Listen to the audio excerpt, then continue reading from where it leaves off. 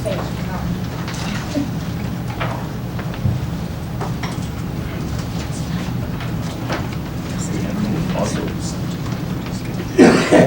no recording? Yeah, no, you see that. Okay. I usually put it here though.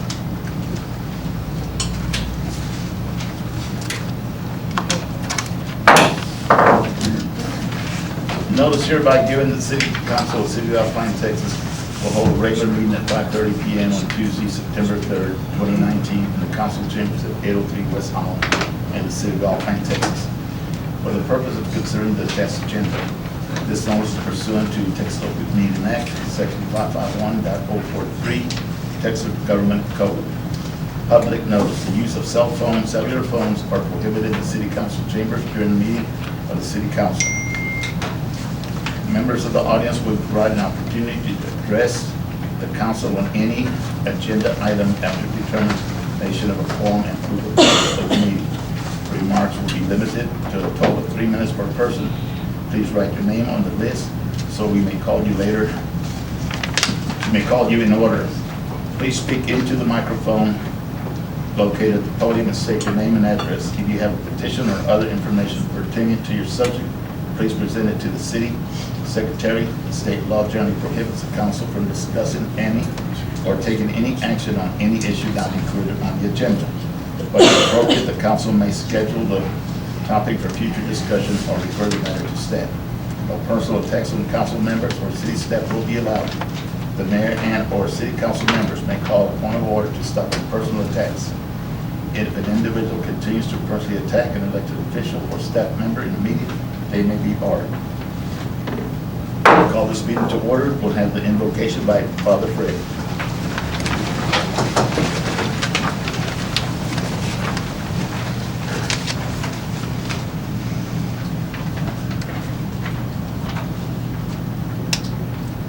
Blessed is our God, God over the ages of ages. Amen.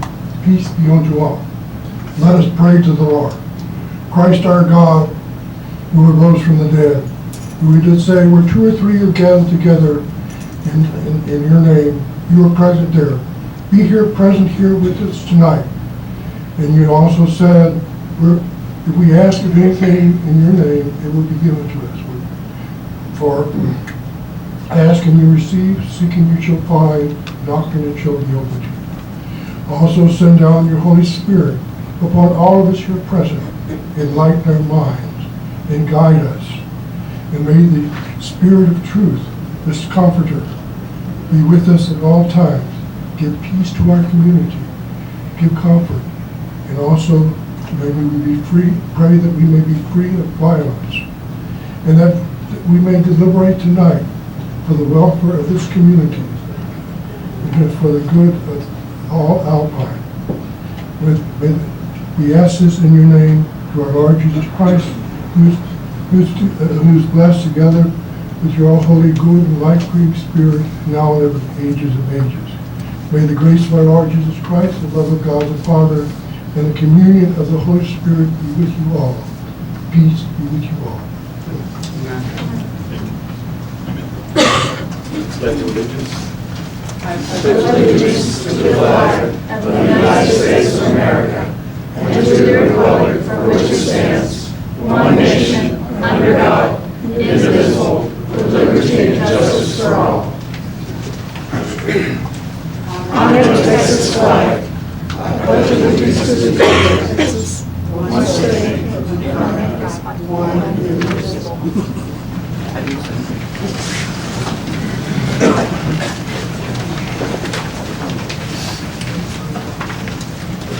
We have a quorum, ma'am. Mayor, we do have a quorum, and the notice was posted at 2 p.m. on August 30th, 2019. And we've got something different on the agenda because of the new law that was passed where the public is allowed to make comments. So I'll go ahead and public comments are limited to 3 minutes per person. Is there anybody that wishes to make a comment? Yes, sir.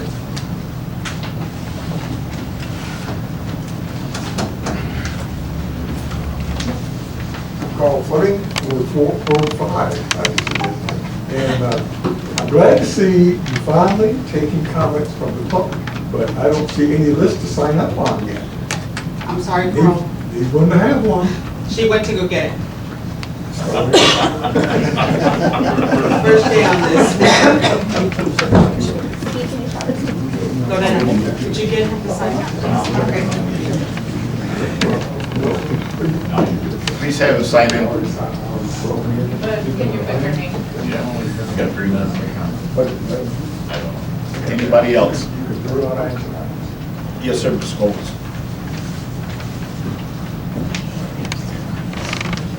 Oscar Cobos, Ward 5. I just wanted to ask you very quick, do we speak now, we're able to speak on the, You can speak when you... any other item as well?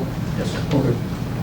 Well, I'll just go ahead and bring it up now. I just real quickly wanted to touch on item in reference to the action item number 1, number 9. First item, the interview with Mr. Zimmer. And as I recall, the last meeting, you all mentioned it'd be a public forum, and I remember the wording for the last meeting. Anyway, I'm glad to be here. I know everybody's given an opportunity, and I just, once again, wanted clarification. I don't know if it actually happened, confirmation, if it was actually this position, as I mentioned in the paper, posted in the Gmail website. I know it wasn't posted in the paper, and for the public, for the record, if this goes forward, and with all respect, I ask that you bring up what kind of salaries that we're looking at. If he gets hired, what kind of bonuses or cash allowances, whatever, for travel or whatever. The full report, since we had several improprieties in the previous with this management. Just for the people, for the record, I believe that I want to just share with you right quick, on several occasions, as a citizen of Alpine, I touched on several issues, and very important issues for the community. And real quickly, I was labeled as attacking city staff and removed from the invocation, removed from everything. I still have the emails to show for that. I hope that all in the area of management will show professionalism for every manager, and not selective hearing for all the committee members. And we shall see from here what kind of decision they'll make, because really something was mentioned in one of the meetings that the manager is a leader. That's not the case. You all are the leaders, and you're all responsible for what happens today and the days ahead. Thank you. Thank you, sir. Be sure to sign in, please. Anybody else? Anybody else? Seeing no one, we'll move to presentations and recognitions and proclamations. And I have one. And that is for, actually I have 2 of them. Well, the first one's for Suicide Prevention and Awareness Month, which I just signed off, and I'll go ahead and read it. Proclamation, Suicide Prevention and Awareness Month 2019. Whereas mental health is essential to everyone's overall health and well-being, and whereas all Americans experience times of difficulty and stress in their lives, and whereas talk of suicide should never be dismissed. If you know of someone you know is thinking of suicide, call the National Suicide Prevention Lifeline, 1-800-273-8255. Whereas mental health conditions are real and prevalent in our nation, and whereas with effective treatment, these individuals with mental health and other chronic health conditions can recover and lead full productive lives. And whereas each business, school, government, agency, healthcare provider, organization, and citizen should be aware of mental health problems and has a responsibility to promote mental wellness and support suicide prevention efforts. Therefore, I, Andres Ramos, I do hereby proclaim September 2019 as Suicide Prevention and Awareness Month in Alpine, Texas. As the mayor, I shall call upon the citizens, government agencies, public and private institutions, businesses, and schools in Alpine, Texas, to recommit our committee to increase awareness and understanding of suicide, the steps our citizens can take to protect their mental health, and the need for appropriate and accessible service for all people and with mental health conditions. Andres Ramos, Mayor, City of Alpine. And And I think we do need to really become aware of this factor on mental health in lieu of all the incidents that told here, that happened here in the state of Texas. So make sure that if anyone has health problems or you notice that someone needs help, contact the proper agencies to help them out. And I have one more, and it's a certificate of recognition. Lorena, Ms. Bone, be here? Yes.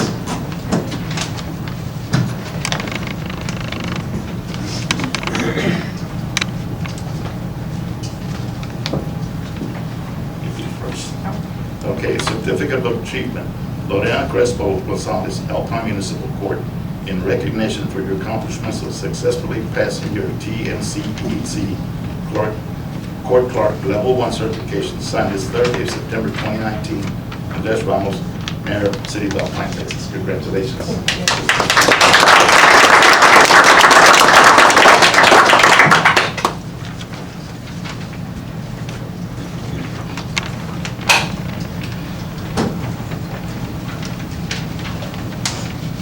Okay, don't have a mayor's report. City Attorney.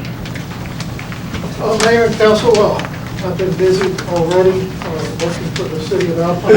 I've been busy doing things in the state of municipal court. We're going to have first court docket in a while next week on the 10th. We have a 7-page docket to get through. Court staff is very professional. I'm very impressed with them. So we'll start doing that every month. I've been dealing with several other issues that have dropped in my lap.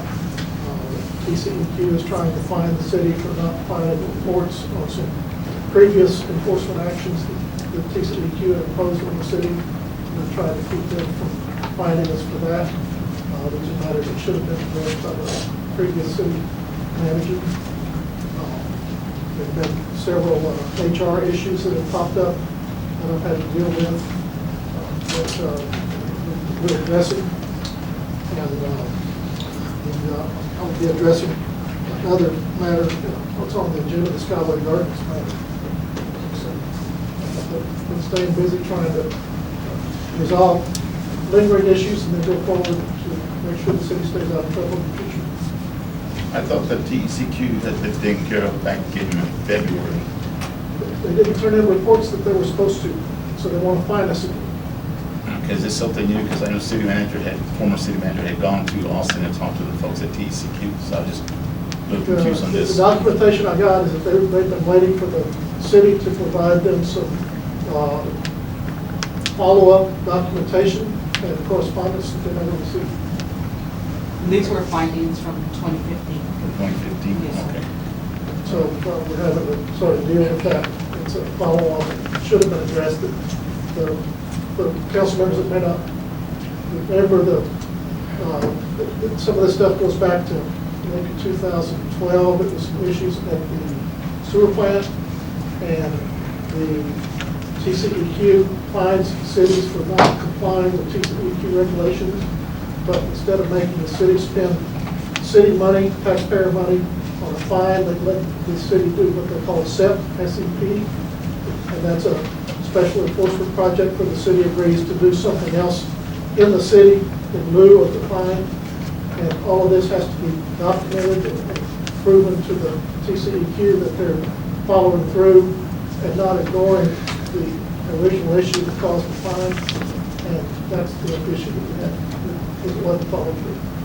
So just to make it clear, because we as a city spent almost a little over $40,000 last February to take care of the fines, what I'm hearing is the commitments that were made in February were not followed through with filing the documentation. That's correct. Okay.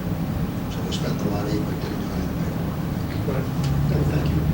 And as you know, a bureaucratic Texas state agency wants the paperwork. Okay, so So we're on it. you're on it. Okay, thank you. Anything else? That's all. Does anybody have any questions? No, that's it. Unless anybody. Okay, city manager report. You'll have the paperwork on your desk that was provided to you this evening, where we scheduled a meeting for August 26th in regards on the update on the employee handbook changes.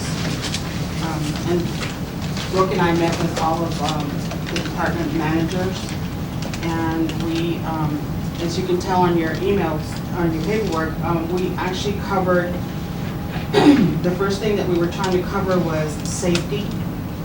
And under safety, Brooke went over OSHA, the requirements that are needed for us to be able to be compliant. And also we went over other state and federal safety regulations that must be met and maintained that were not put in place. And Brooke reached out to the Alpine Volunteer Fire Department for them to do an fire exit plan for us and to check to see where our fire extinguishers need to be. And I had gotten an email from the code enforcer that there was no fire extinguishers at Old City Hall at all. The second one that Brooke and I covered at the training was actually training and training plans for physicians, and the evaluations for training on a go, no, go item type thing. And then our third one was qualifications, certifications, the requirements that each department must have to be able for us to be in compliant and then to maintain all of the certifications or qualifications. Fourth one was the organizational chart for each department. We asked each department to put the chart together so that we could see more or less where everybody falls under and what needs to happen. And then our last one, we actually talked a little bit on the on-call policy, if it was applicable to that certain department. Brooke's here if she wants to elaborate a little more on it, or did I cover everything? You covered it all. Unless I have questions, I'll be happy to answer. Yeah, one thing that I had ever since I became mayor was a safety item. And to see our folks out in the field with no hard hats and old men working silence, except right there. They're supposed to be spaced out, especially working on TxDOT highway. TxDOT has a strict regulation as to how these signs are supposed to be spaced out, the cones and the size of the signs. Another thing that I've noticed is that our employees are going into, whenever there's a water leak, they go into these manholes, well, not manholes, where they dug out. And in several cases, I've seen it where it's over their head. That's totally unacceptable as far as OSHA is concerned. And it's their safety. You know, we want to see our employees go home. I did some follow-up also, and we don't have any site barriers. I checked with TxDOT to see if they had any to loan to us, as they don't have any. So that's something that we need to look at, because I don't want our folks getting in on a cave-in or anything like that. Yes, sir. And OSHA is a minimum standards requirements, and that's why it's 1A, because it's a minimum. But then we have state and federal as 1B on there as items in which they need to. So for like the closed space confinement, we're talking about when our gentlemen go into manholes or go into an underground facility that is above their head. They're supposed to be monitoring O2 in that area. They're supposed to be wearing certain type of equipment, et cetera, in compliance with OSHA and federal and state regulations. So I have requested that each of these departments go out and seek what that information is for their area, and to codify it in writing for us, so that way we have that every single time in the event that any employee leaves, that those safety rules and regulations are already written down for any employee in that position to be able to quickly go to and look at what do we need to do in the event of X, Y, or Z. So absolutely, that's why safety was my #1 thing to address with every department, because that is also my concern as HR, is to ensure that the safety of our employees when they go home. Yes, sir. Absolutely. So I'm working on it. Very good, thank you. It's way overdue. Yeah. Thank you very much. And actually having discussions with the water department, they do have hard hats. They do have the safety glasses, they just don't wear them. And that was something that I addressed. Also, I've noticed that the spoils, whenever they dig out a line or whatever, the spoils are supposed to back a certain footage from the opening of the excavation at a certain angle also to prevent a cave-in. that's something they might address also. Okay. And then moving on, the wastewater equipment has been ordered, the belt press and the screen has been ordered. We're still waiting for the company to actually send us some numbers on the aerator for pricing. Okay. But we're waiting on their end. And the water department backhoe is being repaired. So it's in the shop.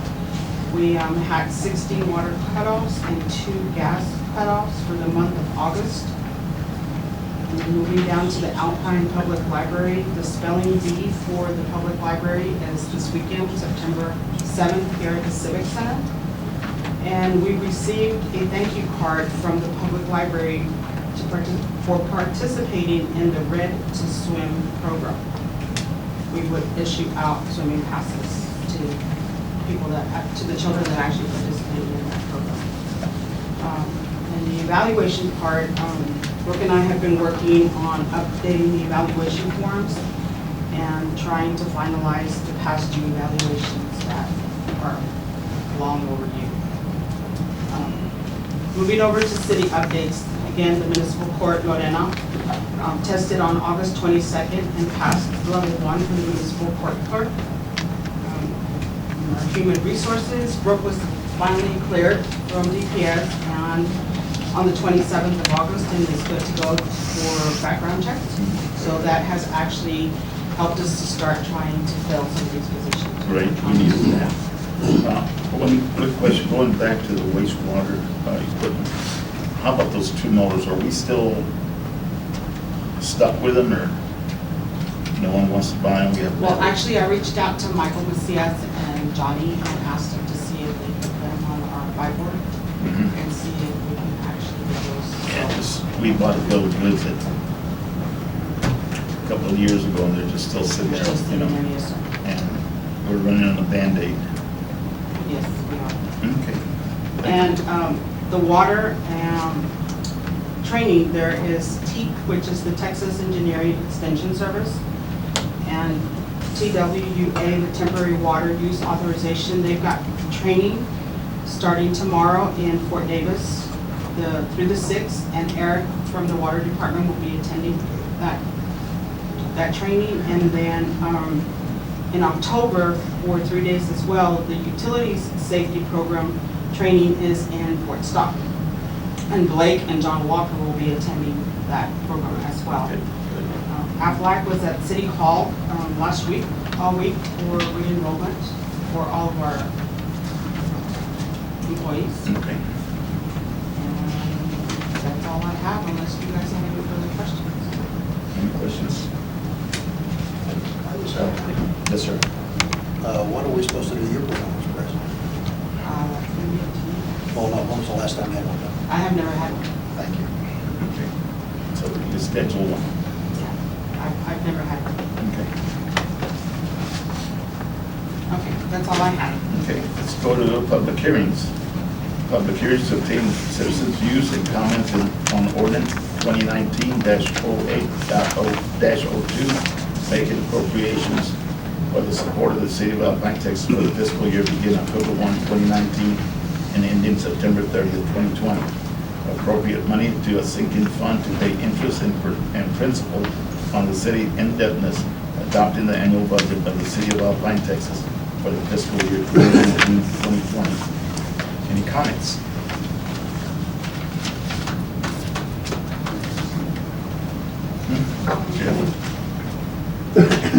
Yes, ma'am. Karen, Hi, what is the sinking fund? could you please explain that to him? The The sinking fund, yeah. So the interest and sinking fund is a budget set aside to make sure we pay back our debt. So the city has about $4.55 million in debt. We've got to make sure we allocate sufficient money associated with that. The tax rate is broken into 2 items when it comes to the general tax rate. So property tax is broken into what takes care of the maintain the city, is typically M&O, and the other is called a sinking or interest and sinking fund, referred to as INS. And we have to allocate a certain amount of money to pay the debt back. Thank you. Okay, we're going to go ahead and go to the consent agenda. The following items are of routine and administrative nature. The council has been furnished with background and support material on each item ended or has been discussed at a previous meeting, all items will be acted upon by one vote without being discussed separately unless requested by a council member, in which event the item or items will immediately be withdrawn for individual consideration in its normal sequence. After the items not requiring separate discussion have been acted upon, the remaining items will be adopted by one vote. And the consent agenda will be minutes, financial reports, department written reports, board appointments, etc. Approval of minutes for the city council meeting in August 20, 2019. Yes, sir. Mayor, I move we approve the consent agenda. Okay, is there a second? Second. Okay, motion been made and seconded. Any discussion? Seeing none, all those in favor, raise your right hand. Opposed, like sign. Motion carries. Thanks, sir. We'll move to item 8. Information or discussion items. Discussion setting, let's see, that's yours, Mr. C. I don't want to. That's okay. No, there's, as has been my practice, I kind of follow up on items that we talk about to make sure we're going to get it scheduled on the agenda. There's the first and second one. I'll cover the first one. And that was, we talked about setting aside a date for a board and commission workshop. So we talked about any potential changes to the languages, including whether or not we want to have additional backup people, because some of our boards have 5 members, some have 6, some have 7. So I just wanted to use this as an opportunity to figure out when we're going to go do that. So my sense is there are a couple things, or a couple approaches we could take. One is we could do it prior to a city council meeting. But my experience is this is probably going to take probably the better part of an hour if we do 2 things. One is talk about what we want for membership, and the second is to make sure we're all up to speed with what the charters for each of the boards and commissions are that we have. So I just want to use this as an opportunity to kind of get council perspective. My thought is maybe we ought to do it on the 1st of October, which would be our first council meeting for the new fiscal year. And we may want to set aside an hour at the beginning of the council meeting. And we can start at 4:30, or we can start at 5:30 and then spend an hour doing that. Or that's one approach. The other approach is to pick a meeting in between. And so we could do it on the 24th, and just 24th of September, and just set that aside. So whatever, what's your all's thoughts? What makes sense to you all? I'll go with October 1st at 4:30. That was easy, so Cynthia, if you can make sure we do that October 1st at 4:30, that would be good for that. Okay, item 2. And just before we finish that one, I'll put, as I normally do, the notes together for that council ahead of time. So we've got all the information. It's delineated in 6 different locations in our ordinances, so I'll get copies of those out, so you don't have to go open through all the notes.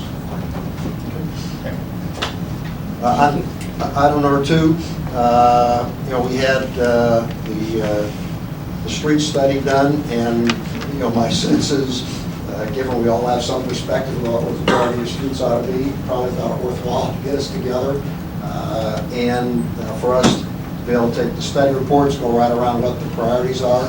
There was certainly a priority put together by KSA. I'm looking at my own work. I'm not sure I'd agree with the priorities that were put in place, so I suspect everyone's kind of got the same view. But thought it worthwhile to get us together as council with the city manager, and probably ask Eddie to come in and use that as an opportunity to get some priorities set on the roads. So I'm not sure, again, same strategy, we can do it before a city council meeting, or we can do it in between a city council meeting. Given what we just talked about, an approach might be we try at 4:30 on the 15th, which is when our city council meeting will be the second one in October, and spend that time doing it. That makes sense to everyone? And this gives council an ample time to see what priorities they have in their district and their wards. 16:30 is. And that gives us an opportunity to go share and talk to whoever, where our, what the goals are, and What was that day again, Council? 15th of October at 4:30. Okay.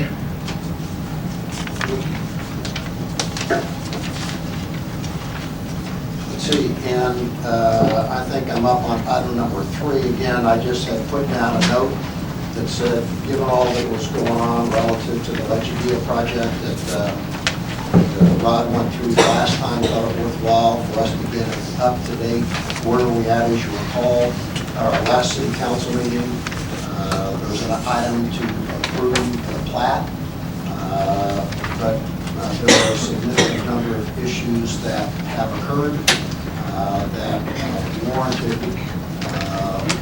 legal determination of how to move forward. I would note that, and remind all of us what the strategy was. The strategy was annex the property in, because that way we had the ability to ensure that we were able to follow the International Building Code standards. Had we annexed that in afterwards, it could have been built, and we'd have to absorb it. We don't want to do that. So that's the good news, is we annexed it in, and the next step should have been to get approval for the plat. And then the next step after that, building permits get issued based upon the plat being issued. Unfortunately, the building permits already been issued, and construction is underway. So I thought it worthwhile for Rod to get us up to speed on what's going on there. Normally, when you have an annexation, you have a survey and you have a plan of the subdivision, and then the annexation is presented to planning and zoning. Planning and zoning can approve it, but usually when that happens, the subdeveloper presents a development plan and a utility service plan, because the city wants to make sure that the developer is going to provide for the utility services and everything else on the developer's dime, because that's what the Alpine Development Ordinance requires. In this case, the annexation was presented to planning and zoning. It was approved without a development plan or utility service plan. Then, from the annexation, then, as Councilor Stevens pointed out, recently a building permit was issued, even though the plat hasn't been approved by y'all. Plats have to be approved by the city council. And in all other cities I've worked in, and I still work in currently, you don't approve a plat unless you have a utility service plan and a development plan. The development plan is a negotiation between the developer and the city to say, okay, the developer's going to put in this amount of water, this amount of sewer service, he's going to pave the streets. There's some job loading that goes back and forth, but eventually there's an agreement reached, and that's part of the plan. And then that solidifies into a utility service plan, so that you know that, for instance, in this case, there's supposed to be a force main and a pumping station for sewage. Well, who's going to pay for that? Who's going to operate that in the future? Who's going to be obligated to maintain it? None of that's happened. And the biggest problem is that there hadn't been an agreement on the paving of Lechidia Street. You can't get to this subdivision without paving, without going across Lechidia Street. The city development ordinance requires that all streets have to be dedicated to the public. Lechidia Street is a private right-of-way. It's not dedicated to the public. So it has 4 different owners that own the surface underneath the right-of-way, but the right-of-way is only to the benefit of the private owners. It's not to the benefit of the public, of the city. So a developer should get a public dedication. You should get an agreement from those other owners dedicated to the public as part of the plat, and then agree to payment, because the development ordinance for Alpine also says that developers have to pay their streets. It's just normal. None of that was done. There's none of those agreements. And so we really want to have this development. We really want to have these 49 new apartment houses, apartment units. But before I can recommend the plat approval to y'all, I want to make sure we have these agreements with utilities, paving the street, make sure we know what everybody's going to do, but also make sure in writing. You know, apparently it was represented to the developer by the former city manager that the city would pay the street. The city's not in the business of paving the streets to benefit developers. And the fact is, if the street was going to go to his development and then continue on to some other thing that was important to the city, that would be part of the job money or negotiation that you have. Maybe the city would pay for part of it if it was going to be a benefit to the city with another tract of land beyond it. But in fact, this subdivision ends right there. So anyway, I think we can work through all these issues, but it's just going to take a little while. Hopefully not too long. You had talked to the landowners, some easements there. I've talked to Van Nye, I've talked to a couple of the landowners there. I think they're going to be agreeable to convey the easements. But it's going to benefit them. So for the council's information, one of the landowners is John Schwartzweger. And John Schwartzweger wanted to put in a sewer line. And he was going to pay for the sewer line. But the city made him buy a strip of half of that road so that he could have the right of way to put in the sewer line at his expense. To me, it wouldn't be fair to make him pay for his sewer line and then the city gives somebody else a paved road on the same right of way. Anyway, it was sort of a mess. It wasn't followed in the normal way to do things. And I'm sure it can all get worked out. But that's the status. Do you have that, a copy of that agreement between the city and the gentleman about that easement? There's no agreement. It was just word of mouth. There's no agreement. That's the frustration. Because, once again, as I said, all of these things should be in writing even before the annexation goes through. And certainly before the plat is presented for approval. And all of that should be done before a building permit is, because you can't build in an unapproved subdivision. So it's all, You know when it took place? the building permit was No, issued. the agreement. Any idea? Well, the negotiations have been going on between the parties between April and July of this year. But there's no written agreement that I know of between the parties. Okay. That includes the right of way down the middle of it. So just for clarification, so we council, if you recall, approved to annex that at no cost to the city. And they were to do all of the utility improvements, including the roads. Okay.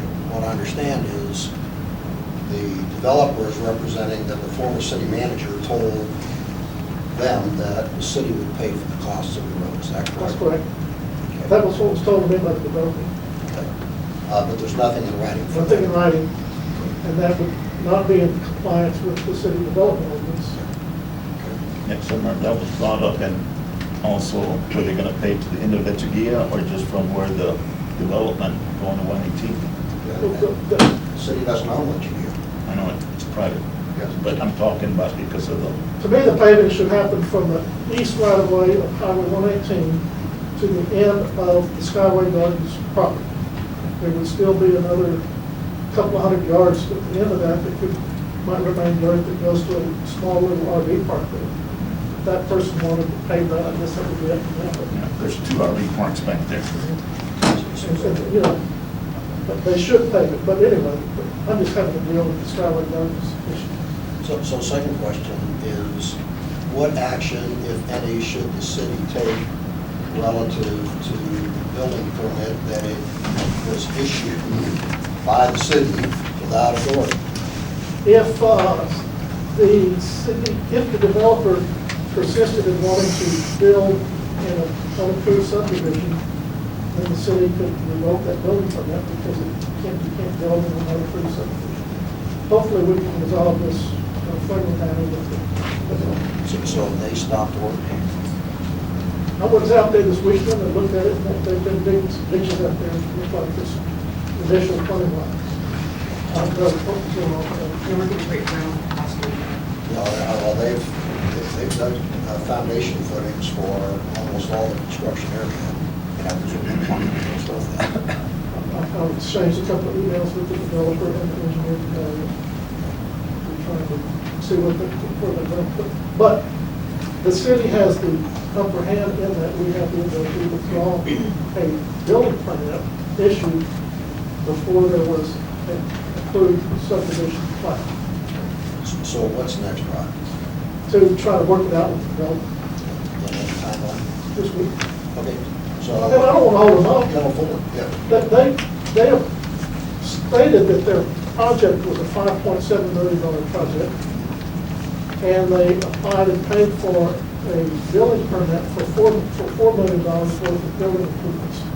So that tells me that they have $1.7 million on the side that presumably could be used to pay what you use. It's really the only big issue that I see. But I mean, I'm not going to speak to the developer, I'm just trying to protect the city, make sure that they follow our rules. So given you have a discussion open this week, our next council meeting isn't until September 17th. Would it, based upon what you know right now, would it be your recommendation that council meet prior to the 17th, or do you think the 17th is going to be soon enough? I think the 17th would be soon enough. And I don't want to recommend approval of the plat to the council until I have a written confirmation of a development plan and utility service that will comply with our development. One quick question, Scott. That kind of ties into it. On this new development, are they being required to put a water cutoff behind the meter? That needs to be something that's made part of the utility service plan. One way lines, because they're talking about having their own water tanks to pressurize their own area. So we don't want them to pressurize it, and pump their water back into the city. Yeah, so they definitely have to have it like checked valve. Check that, yeah. So So it won't flow back. that and the issues of the sewer line, you know, all of those things are just sort of loosey-goosey. Yeah, the reason I was asking, because there's a lot of homes out there that don't have a cutoff, and people are going into the meters and then have an issue with the meters. You know, something's getting broke in there, and it's, whose is it? And this way, the residents will have, this is my access point. Okay, thanks, sir. Okay, Councilmember Rivas. I'm sorry, yes.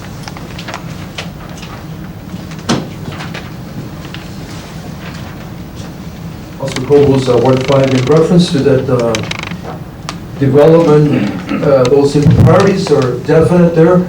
I shared some of the thoughts the last meeting, and as I was reading this letter from our previous city manager, Mr. Zimmer, February 17, 2017, this is the same development, Skyway development out of El Paso, that tried to ramrod that development on South 11th Street. And we all recall in one of the meetings, Mr. Melton, who is a resident there, shared with you all that letters were never sent out advising the people about we're bringing in about 50 units here.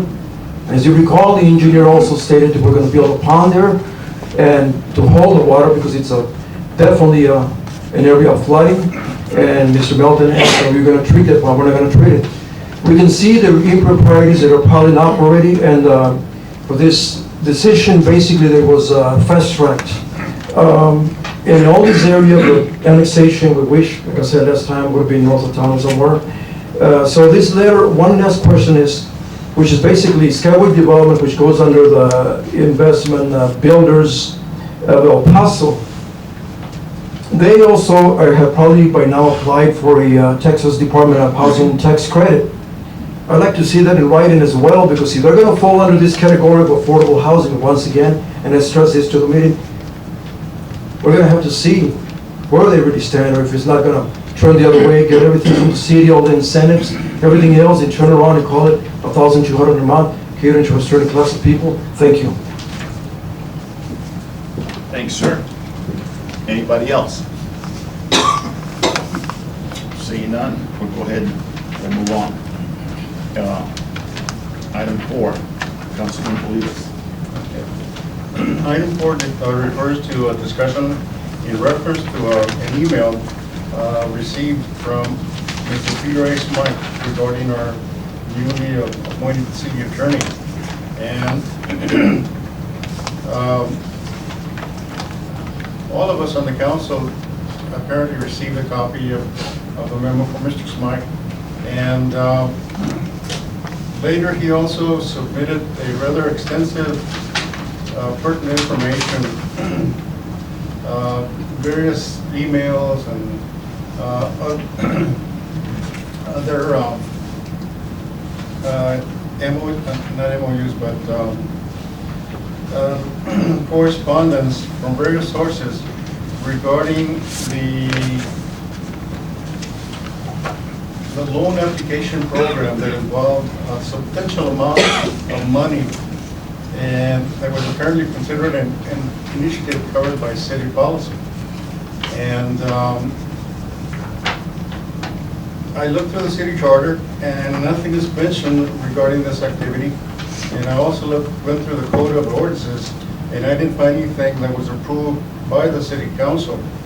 Apparently, this activity just popped up, and it's something beneficial to employees, from what I understand. Now, this was way before my time as a city councilman.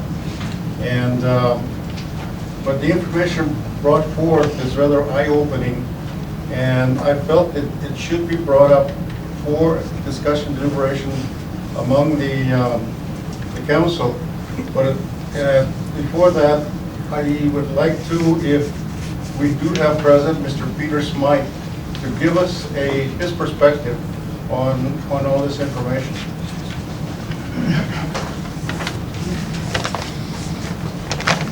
Thank you, sir. What we're talking about is the loan program for the city employees. And what the CD contains is several years' worth of what happened, starting with people taking money and then going through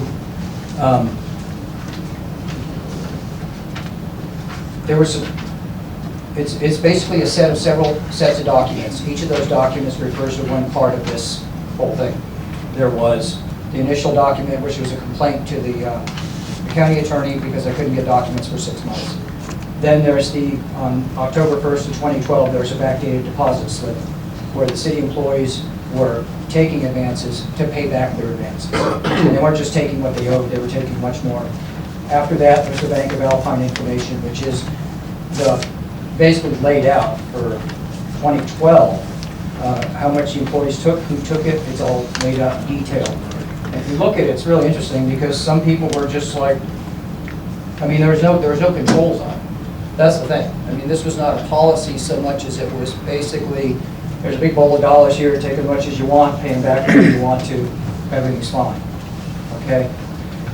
The problem that I have with all this, there was other things in here on the CD which were, after the Bank of Alpine, we had some different correspondence. There was the letter from the Water Development Board when there was a loan that was applied for in 2012, I think it was, or 2013, which actually caused the city to do, the year after there was this massive dysfunction within the city budget and the city books.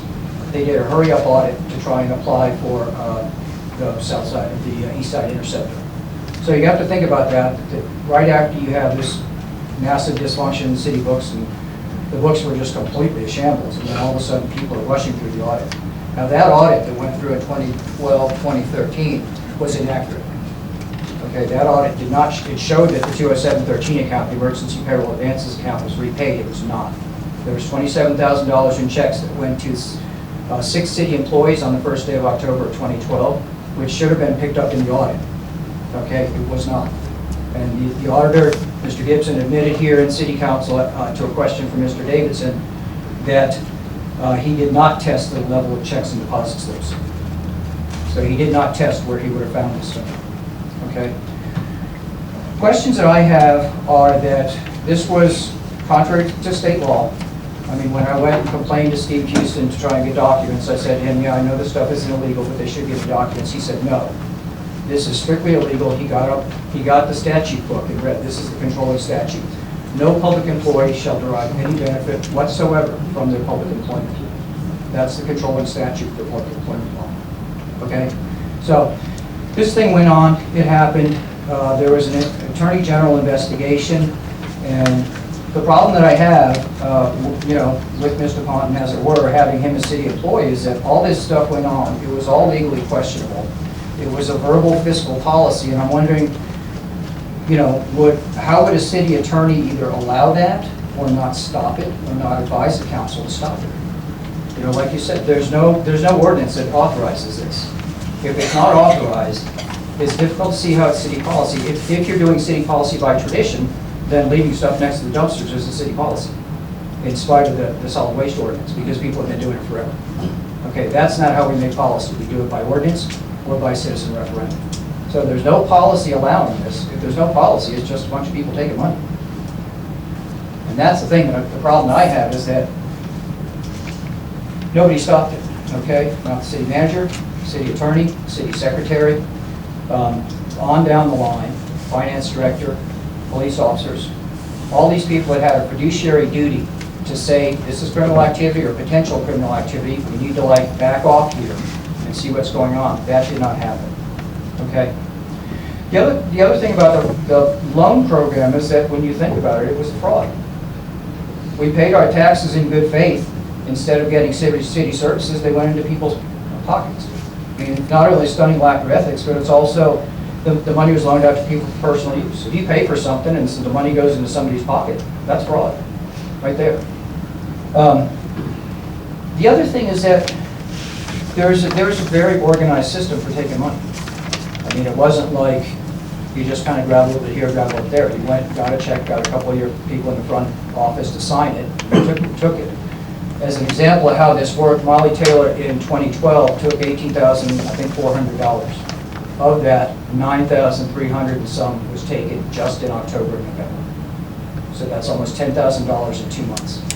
Okay, that is wrong. Okay? Now, this is the thing. How is this not recognized as potential organized criminal activity? Okay? Now, we've been told by the AG investigator and all that stuff, it's city policy, we're trying to get past this and all that stuff, but we have to, as far as the citizens and what the citizens are owed, this stuff has to be brought out. Okay? One of the key things in the investigator, and this is for Mr. Stevens, who talked to, what's his name, Mr. Attaway, the AG investigator, was that Ricky Chavez was said to have repaid all of his loans, except for about $8,000, I think, that was tuition money. And he was dinged on that, and that's what he was charged for. However, if you look at Linda Heitman and her RCXL file, she was the forensic auditor that the city hired to investigate this. On the RCXL file, she shows Ricky as having taken $181,676 from the emergency payroll advances account, which they said was repaid. However, this file also shows that in total, Chavez took some $300,270, an amount $118,676 more than what was repaid. He apparently took this money from 37 other accounts in addition to the emergency payroll advances account. Again, if the investigators didn't find this, what's up with this investigation? If they did find it and he wasn't charged for anything, what's up with the investigation? Okay? There's a ton of credit card use. One of the sets of documents that I TPIA'd, it's not on your CD, but was what the city gave to the AG investigator. So I got the bond issuance from 2011. I got some small miscellaneous documents, and I got this thing of credit card charges. It was this thick of paper, a pile of paper this thick. It was single-space credit card charges with a 1-inch header at the top.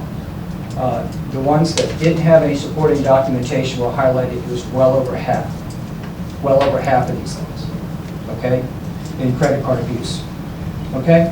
So how much time was spent following up on that? And who made the unsupported charges? And were they appropriate or were they legal? There's another big question here, which is more of a theoretical question.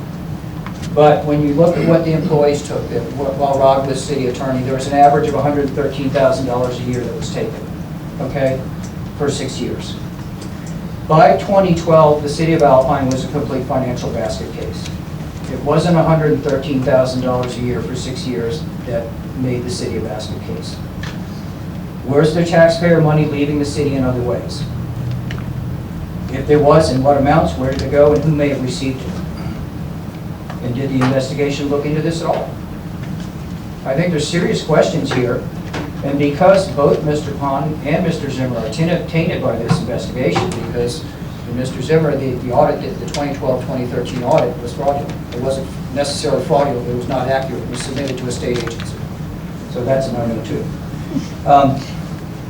Basically, if you're gonna hire these guys, they need to be hired for 2 to 3 months on a temporary basis, and then get some professional people in here from TML or somewhere else.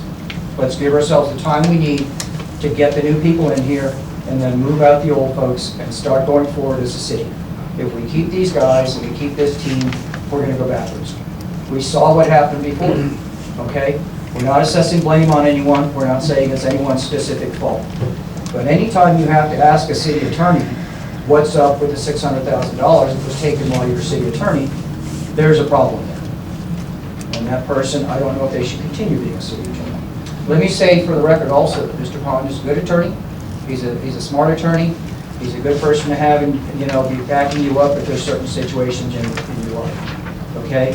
But I think the same things that make him good at that also make him not so good at being a city attorney, where everything has to stay strictly between the lines. We need somebody who's basically a live herd on this city and make sure that nothing happens that's not legal. We owe that to the citizens. Okay, questions? Yes, sir. Any questions? Here's one in the back.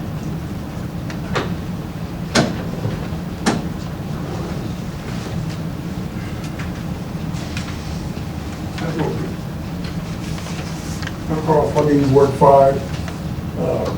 Apparently, this was completely exonerated everybody from the city. The city council was involved in this at that time, as well as the city manager.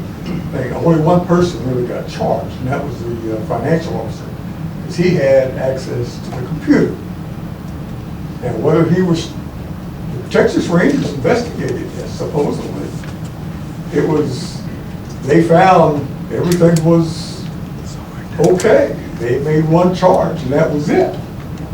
That's how much he took, that's how much he paid back, that's the difference. Yeah. $118,000 that may or may not have been found. I have no idea about that, but apparently neither did the Texas Rangers. Well, why not? I don't know. But one of the things that did happen, though, was there was a grant for $600,000 given to the city for the quiet zone, and it got put into the general fund of the city of Alpine, and it disappeared. Now, some of this may be that, but it's 12 years old. I think those people who were involved in that, all of them are not here anymore. And I would say that if you people have a question about this report, contact the Texas Rangers and say, do we want a reinvestigation, or did you find that everything was okay? We're really digging up something, I think. Any questions? I don't have any questions for Peter, I do have some comments. Okay. I'd like to just correct the record, the 2011 certificate of obligation that he was talking about. I looked through that, that was part of what I got from the city in the investigation. The words quiet zone never appeared in that thing. Okay, you have to say what the bond is going to be used for. It was sold to us as a quiet zone. We were told it was going to be a quiet zone. Somebody, perhaps a city attorney or something like that, was supposed to check it and make sure it was going to go for the quiet zone. Half of that money, $500,000, went to basically city water and sewer, which means it went into the general fund, like you said. But there was 5 years of engineering work prior to that was done to get us a quiet zone, and that went down the drain because because that certificate of obligation was misrepresented. Okay. And Sir. I had asked about the quiet zone monies right before I became mayor, and I was told it went to the general fund, and It was never set aside. I mean, that's the thing, you have, the bond has to say what it's going to be used for, and this is, all the council members and the city attorney and the finance director should have looked at the bond and seen that where a quiet zone was in there. So anyway, that's what that was about. The other thing is that, you're right that we're digging up old stuff here, but it's owed to the citizens to find out exactly what happened. It was found out. It was investigated by the Yeah, it was Texas Rangers. investigated. It was investigated by the Texas Attorney General's office. It was Right. investigated by the city's auditors. All of those investigated. The city auditor made a mistake on the audit. The Like I city said, he auditor didn't catch the first thing. then followed it up by making sure that all of the employee advances were repaid. They were repaid, but there are tons of other monies taken. Ricky Chavez himself, who took money from 38 different If I accounts. could reply, Mayor, Sure. Yes, sir. when, as city attorney, I'm not in charge of the books. I'm not in charge of approving payroll checks. And I wasn't in charge of approving payroll advances. And I found out about this in 2012 when I was still city attorney. I told the city staff and the council, stop it, because it's illegal for a city to loan money to employees. You don't use public money to advance it to people. So they stopped it. Further, at that time, I was waiting to be sworn in as district attorney, but I was still city attorney. And I wanted to make sure that the matter was professionally investigated. Turned it over to the Texas Rangers, and I asked that the Texas Attorney General come in because they could start investigating it in 2012 and continue their investigation after I became district attorney without any taint that I was somehow involved in the investigation after having been city attorney. The Attorney General's office did a thorough investigation. They have forensic auditors. They have people that understand accounting. They came in and they investigated this matter.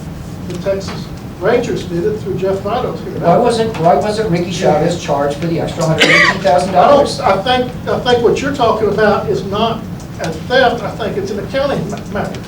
It's right there in I'm Linda just telling Heidman's you report. I that know. all of that. Well, then why isn't the money? Mr. Spike, all of that was reviewed by the Texas Attorney General's office, the Attorney General, the Texas Rangers, and the city's own auditors. Which doesn't mean they get a good job. Well, Okay. all I can say is, if I want to get to the bottom of something that happened in the city, I think that those are pretty good people to refer it to. The Attorney General, the Rangers, and the city's auditors say, look at this. If they can't find it, I don't think it happened. So I wasn't in charge of the payroll advances. When I found out about it, I put a stop to it by saying we can't loan money. I also made sure it was properly investigated. And I've just given to the council here the documentation where Ricky Chavez was prosecuted by the Texas Attorney General's office and pled guilty to 2 felony crimes of stealing money from the city. Which is on the CD. And they also have it here. So the fact is, your false allegations that I was the one responsible for thefts from the city is ludicrous. It's not ludicrous because. It is ludicrous Shaw because I was Skinner not- mentioned this stuff. Shaw Skinner Right, mentioned just this like stuff him in 2006, 2007, 2008, when he gave those audit reports, he mentioned how much the employees took. And he said, a couple points, he even said, maybe the council should have your attorney look into this and see if it's legal. Okay? So, whatever. Okay. Point of order. Yes, sir. So, I'll get to you next. Point of order as a That's- citizen. I thought the rule was that people who are not on the council have 3 minutes to discuss something. But, we've been I pretty legal. object to this ongoing accusations and stirring up things that are many years old.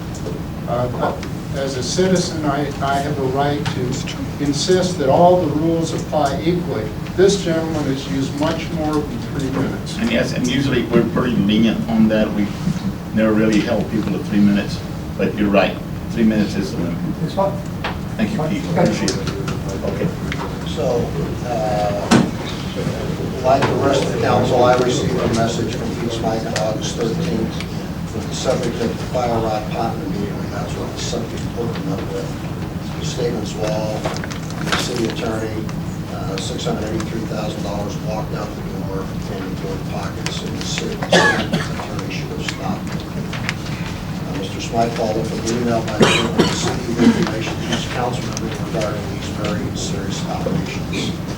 Mr. Smythe lives in Ward 5, and it is my practice I began the due diligence process reviewing what he'd sent in order to understand 2 fundamental things. First, the background behind the employee loan program.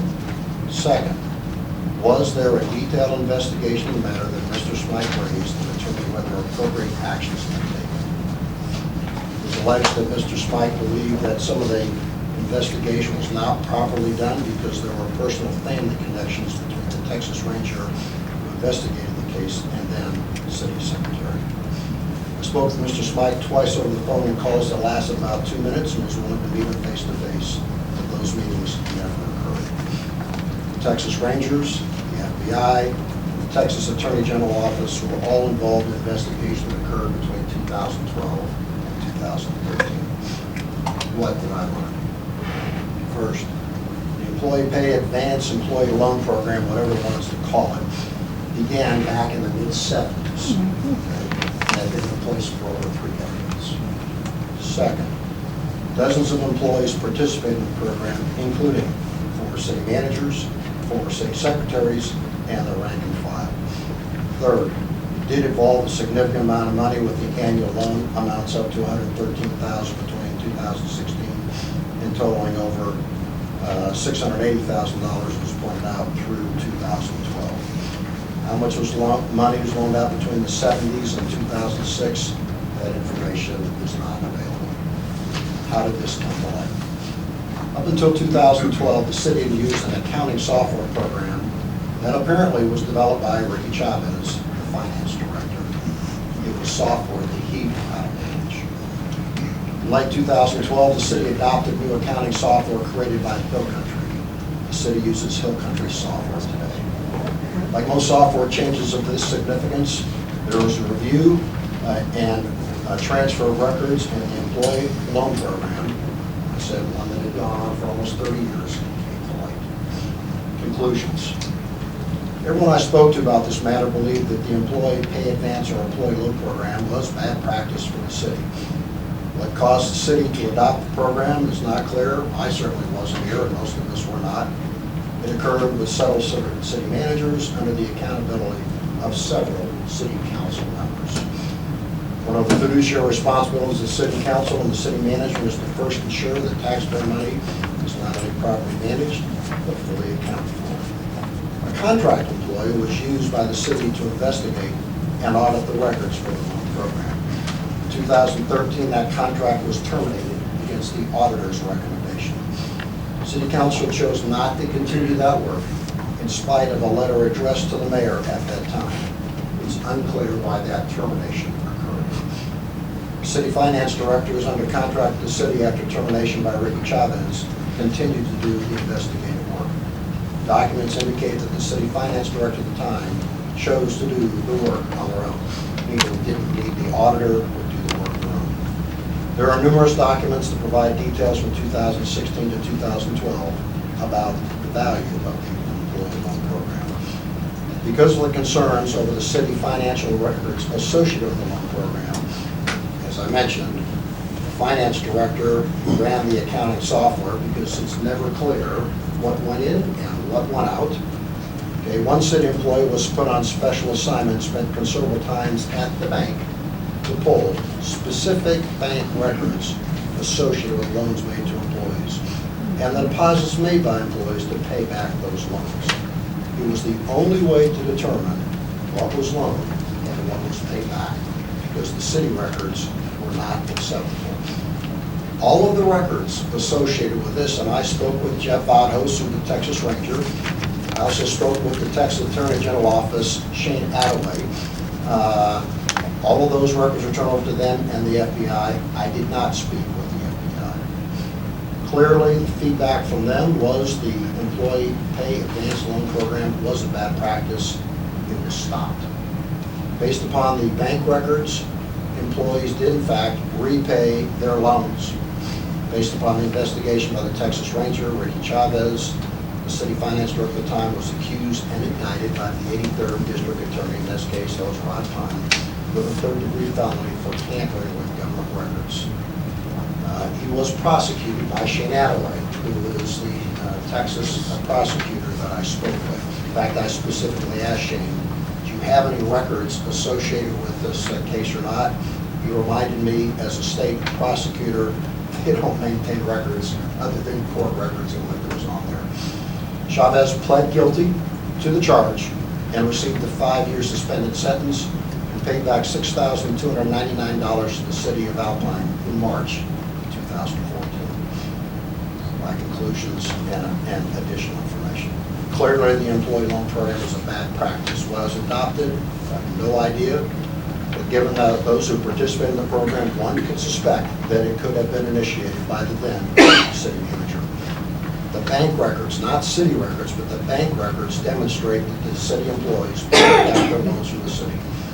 Gibson, Patterson, and Redding, an outside auditing firm, was hired by the city to audit financial records in 2013 and has been doing so ever since.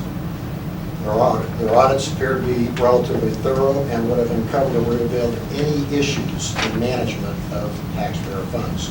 Clearly, they could not take care of anything that happened before. It's my conclusion that Ricky Chavez was clearly at the center of the accounting issues at the time the city was spending hundreds of thousands of dollars on engineering services that resulted in little or no action by the city. In fact, when you look back at the records, the city was spending about $600,000 a year on engineering services, of which nothing had happened. The Texas Rangers, the Attorney General, and the FBI took appropriate action relative to the case that was put on the rest of the agenda.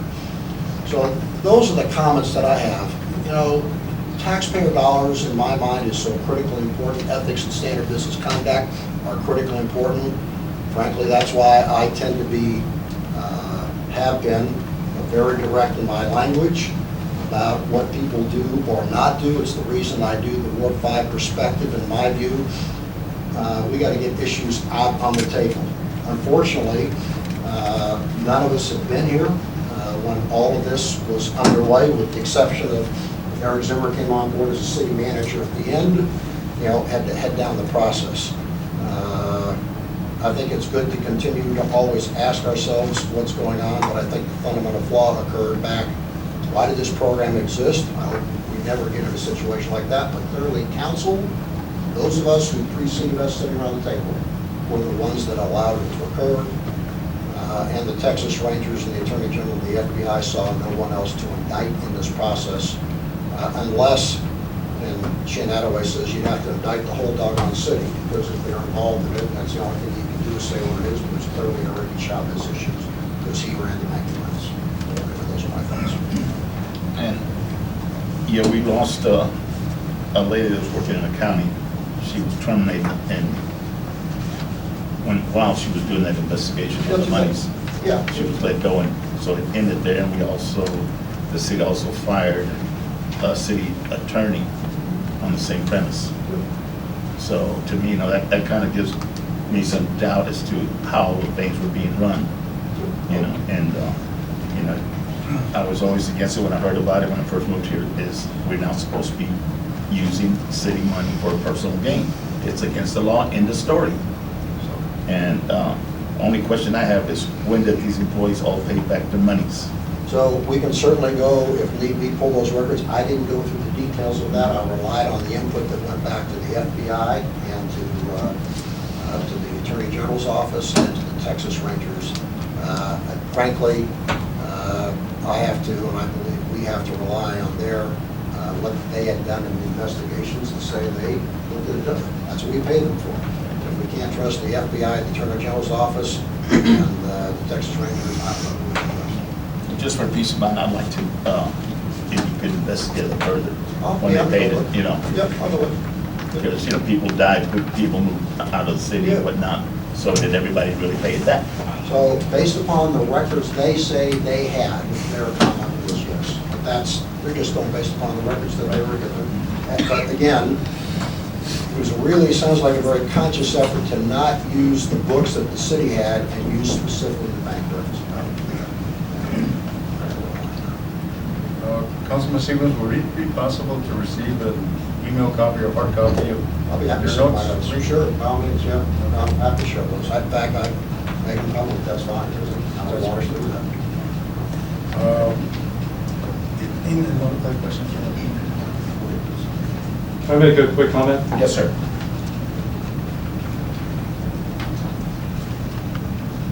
For the record, my name is John Waters. I'm a resident of Ward 1. I'm a journalist and a publisher of the Big Bend Gazette. This evening, Pete mentioned a forensic accountant. The individual Linda Heitman is not a forensic accountant. She's a bookkeeper. There's a big difference between a bookkeeper, a CPA, and a forensic accountant. According to the Texas State Board of Public Accountancy, Ms. Heitman is not a CPA. She's not an accountant. So I would appreciate when people come before you and make very serious allegations, they do some due diligence. And clearly in this case, that has not been done. Thank you, John. Yes, sir.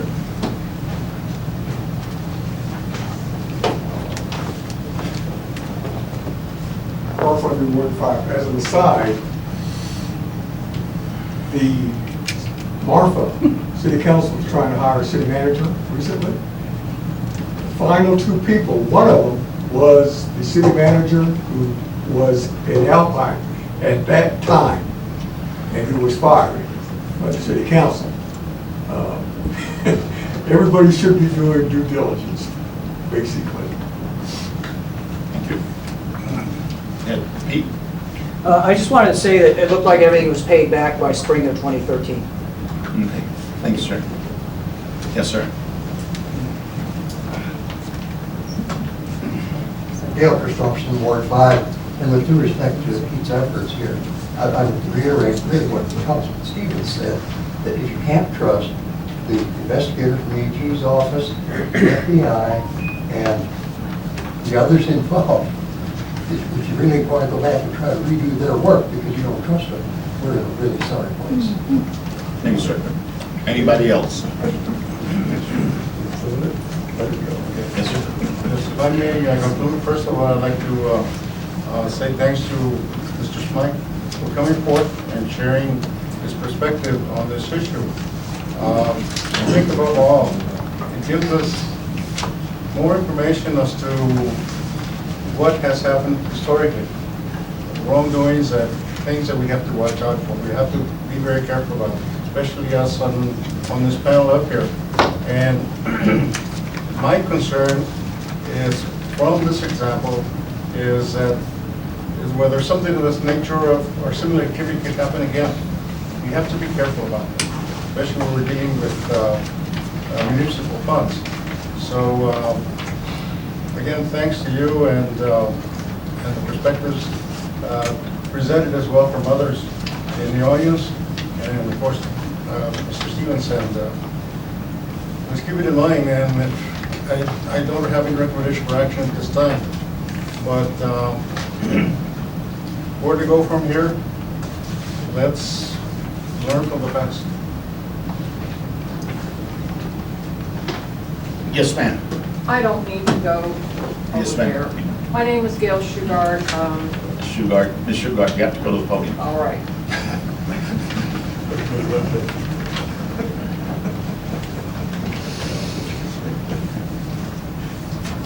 This is a concluded statement. I was on the school board at Queensland National Park for 7 years. I did learn that the importance of requiring a report from the manager or whoever's in charge of the money should be done once a month. That would be the answer to your question, alleviate your anxieties about whether this would be repeated. It's not an easy task if you're not a math whiz, but you can learn and you can ask if there's an item statement that you understand. Where did the money go? How much money do we have left? They're simple questions. So those are things, that's just something I think is extremely important with public monies. Thank you. Thank you very much, Ms. Shugart. Anybody else?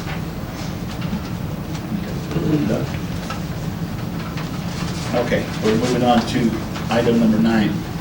Action item to be accompanied by a brief statement of facts, including where funds are coming from if applicable. Action items limited to 10 per meeting. After being called upon by the mayor or mayor pro tem. Citizens are required to state their name and the ward in which they reside. Priority will be given to citizens of Alpine, those who own business or property of the city. Individuals who do not live in or own business or property of the city of Alpine, the city limits of Alpine will be allowed to speak at this time available. Item number one, this Councilman Stevens, sorry. That's okay. Let's see, just as a reminder, at our last meeting, we talked about an approach to pursue a city manager for the city of Alpine. At the conclusion, and we just reported off in our minutes, as we signed off as part of the consent agenda, we agreed that we had two choices to go, paths to go down. One was to spend several months going through the process that it would take to post and interview and all that, and eventually select a city manager. Or the other was, since Eric Zimmer had expressed an interest in being a candidate for the city manager position, we put that on the agenda for this meeting to conduct an interview. I would also say, given the amount of discussions that we've had in the past, thought it worthwhile, because as council could recall, we've done these in executive session in the past. Thought it worthwhile. I think we all agreed to do this out in open forum as part of the keep it available to everyone.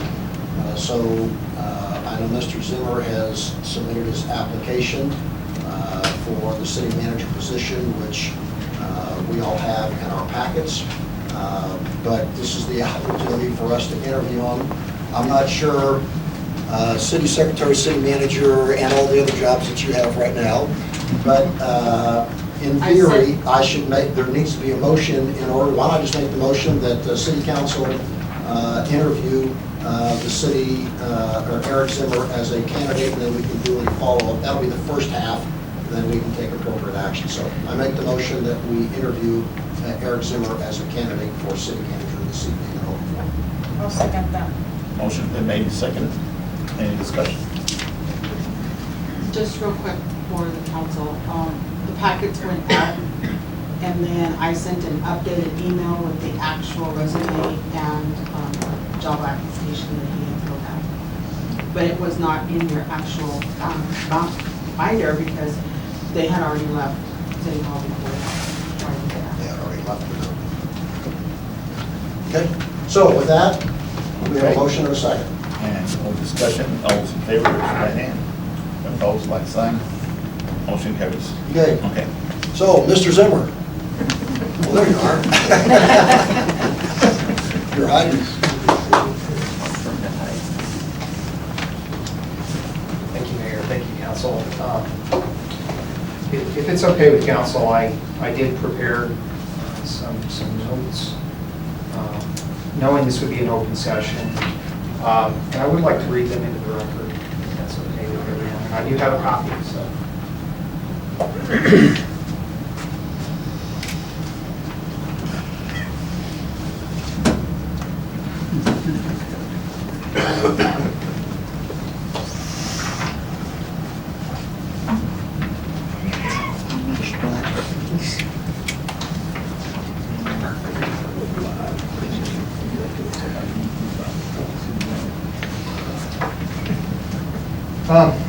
Thank you for the opportunity to share my thoughts. And I'm going to read this verbatim. One of the things I talk about is when you speak publicly, sometimes having a note, make sure you keep on track and keeps your thoughts collected. My connections in Alpine run deep. My dad took a job at Sul Ross in the late 70s and gave my brother and I the opportunity to grow up in Alpine and forge many lifelong friendships. Because of that, I've received many calls from coaches, neighbors, and friends sharing their thoughts on the recent series of changes at City Hall. What I primarily heard is that City Hall needs leadership at multiple levels, and historically that has come from people who have roots and a longer history in the community. Many employees have turned over in the past year and a half, and several feel a great deal of stress in their current positions. I learned a lot last time as city manager, brought my business experience to the table, and helped ensure that we didn't go into bankruptcy. As a reminder, when I was selected, there was very little money in the bank. The city had over $370,000 in bills due immediately.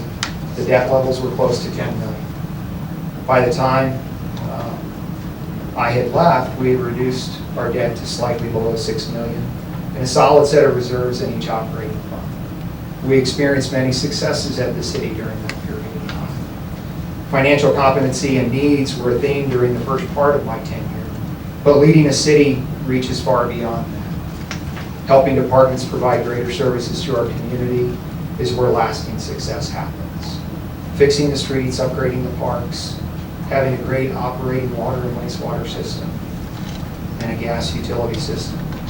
Repairing the airport, working through interlocal agreements are all part of longer-term success. And I also learned what I didn't know about municipal government, such as some of the complexities of TCEQ and steps required for working through budget approvals within the state of Texas. The extreme value of important interlocal agreements with all government bodies.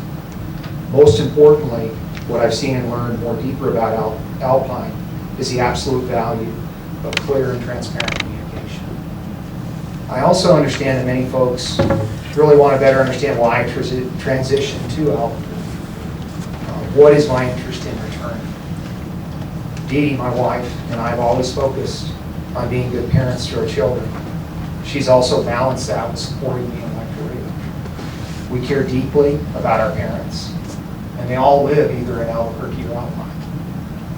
In 2017, we felt that the access to the lottery scholarships in New Mexico was important to our children to pay for their higher education.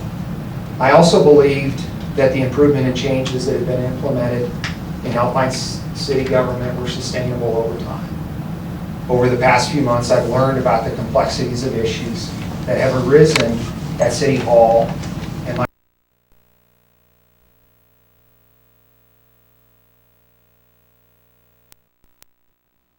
Second.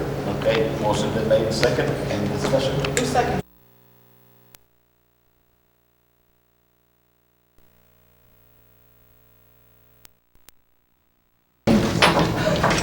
In the